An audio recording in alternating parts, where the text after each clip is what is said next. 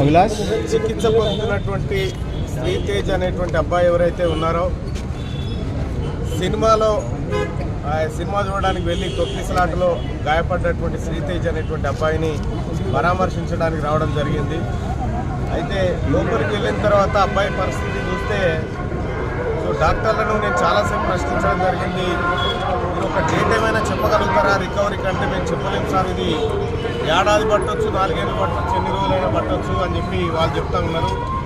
అబ్బాయి కంప్లీట్గా అంటే కాన్షియస్లో లేడు, కేవలం మనిషి మాత్రమే కదులుతూ ఉన్నాడు తప్ప ఇంకా అతని బ్రెయిన్కి మేజర్గా డ్యామేజ్ అయినట్టుగా డాక్టర్లు చెప్తా ఉన్నారు. అబ్బాయి త్వరగా కోలుకోవాలని మనమంతా అనుకున్నప్పటికీ ఇక్కడ పరిస్థితులు చూస్తూ ఉంటే అందుకు భిన్నంగా కనిపిస్తూ ఉన్నాయి. తొక్కిసలాటలో అబ్బాయి తలపైన బలమైనటువంటి ఒత్తిడి జరిగినట్టుంది. దానివల్ల బ్రెయిన్కి ఆక్సిజన్ అందక బ్రెయిన్ చాలాసేపు డిస్టర్బ్ అయింది. మళ్ళీ రికవరీ కావడానికి అంత ఈజీగా కావడం లేదు. సో ఏదేమైనప్పటికీ కూడా ఆ అబ్బాయి పరిస్థితి మాత్రం అగమ్య గోచరంగానే ఉంది. పుష్ప 2 సినిమా జయంగా ఇలా కుటుంబం అంతా చిన్నాభిన్నం అయిపోయింది. మరి సినిమా వాళ్ళు ఎంతమంది వస్తున్నారు, ఏం చేస్తున్నారు అనేది తెలియదు. కానీ మొత్తానికైతే ఈ బెనిఫిట్ షోలు, ఈ షోలు, ఆ షోలు అని చెప్పి ఈ కార్యక్రమాలు పెట్టి అభిమానులు ప్రజల ప్రాణాలతో చెలగాటమాడుతూ ఉన్నాయి సినిమా రంగాలు. ఈ అంశం మీద కూడా రేపు సభలో మాట్లాడాలనేటువంటి ఉద్దేశంతో ఇవాళ ప్రత్యక్షంగా చూసుకోవడానికి వచ్చిన రేపు మండల్లో ఈ అంశం పైన మాట్లాడతా.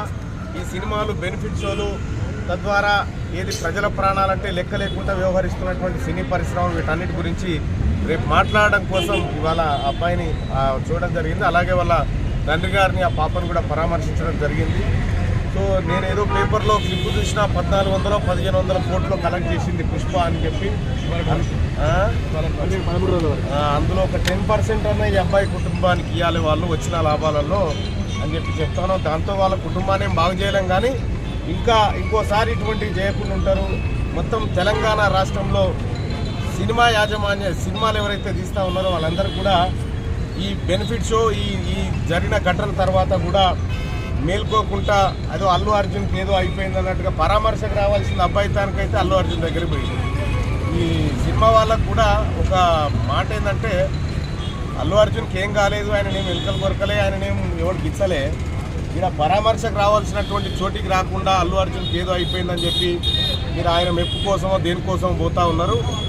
పోతే బొర్రి, కానీ పైపెచ్చు అల్లు అర్జున్ అరెస్ట్ తర్వాత ఇదేదో కాంగ్రెస్ పార్టీ రాష్ట్ర ముఖ్యమంత్రి చేయించండి అనేటువంటి తిక్కల మాటలు మాట్లాడుతూ ఉన్నారు. అది బంద్ చేసుకోరు జరా. సినిమా మందం ఉంటే మాకేం ఇబ్బంది లేదు, ప్రభుత్వాన్ని అస్థిరపరచాలి, ప్రభుత్వాన్ని బదనం చేయాలనేటువంటి కార్యక్రమాలు చేస్తే మేము సినిమాని కూడా ఏం చూడం.